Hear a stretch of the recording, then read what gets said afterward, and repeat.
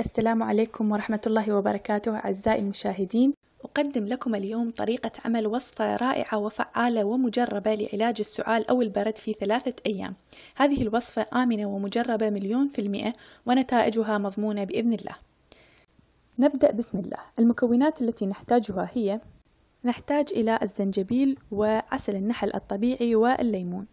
طبعا الليمون والزنجبيل يجب أن يكونوا مغسولين جيدا، لأن سوف نستخدم الليمون طبعا بقشرة، يجب أن يكون نظيف ومغسول جيدا. بعد ذلك في علبة زجاجية معقمة نقوم بتقطيع الليمون وشرائح من الزنجبيل ونضعها في العلبة بهذا الشكل.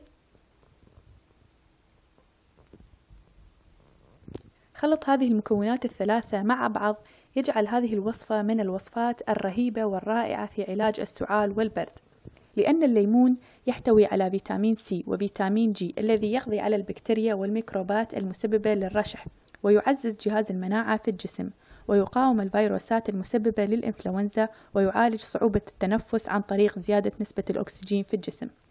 أما الزنجبيل فيعتبر من المضادات الطبيعية للجراثيم والعدوى الفيروسية والبكتيريا المسببة للزكام والسعال، ويحارب السموم والفطريات. والعسل هو مضاد حيوي ويقتل البكتيريا ويهدئ الكحة وينظف الجهاز التنفسي ويعطي طاقة للجسم وينشط الدورة الدموية.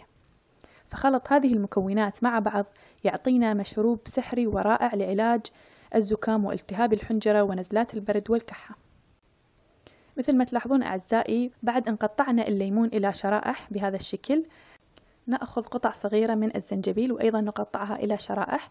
إذا لم يكن لديكم متوفر زنجبيل طازج يمكنكم استخدام ملعقة صغيرة من الزنجبيل الباودر، ونضيف لهم عسل النحل الطبيعي بهذا الشكل مثل ما تلاحظون. بعد ذلك نغلق العلبة بإحكام ونتركها لمدة ليلة كاملة بدرجة حرارة الغرفة بهذا الشكل.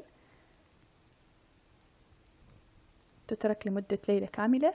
وفي اليوم الثاني، هذا هو شكل الخليط مثل ما تلاحظون، أصبح مزيج خفيف مثل ما تلاحظون. هذه هي عصارة المزيج، لأن الليمون طبعا استخرج ماء الليمون مع ماء الزنجبيل والعسل، أصبح بهذا الشكل، يعني عصارة خفيفة. طريقة الاستخدام: نضع ملعقتين طعام من هذا المزيج في كوب من الماء الساخن بهذا الشكل. ملعقتين طعام من هذا المزيج في كوب من الماء الساخن، ويشرب طبعا بعد كل وجبة ولمدة 3 أيام، وإن شاء الله سوف يقضي نهائيا على البرد والزكام. طبعا سوف تلاحظون الفرق من أول استخدام، حيث يعمل هذا المشروب الرائع على وقف الرشح وترطيب الحنجرة والحد من الكحة. هذه الوصفة فعلا مفيدة جدا وفعالة ومضمونة بإذن الله. أتمنى لكم الإفادة، وإذا أعجبكم الفيديو المرجو الضغط على لايك والاشتراك في القناة لكي يصلكم إشعار بالوصفات الجديدة. شكرا لمتابعتكم، وإلى وصفة جديدة إن شاء الله، وأترككم في أمان الله.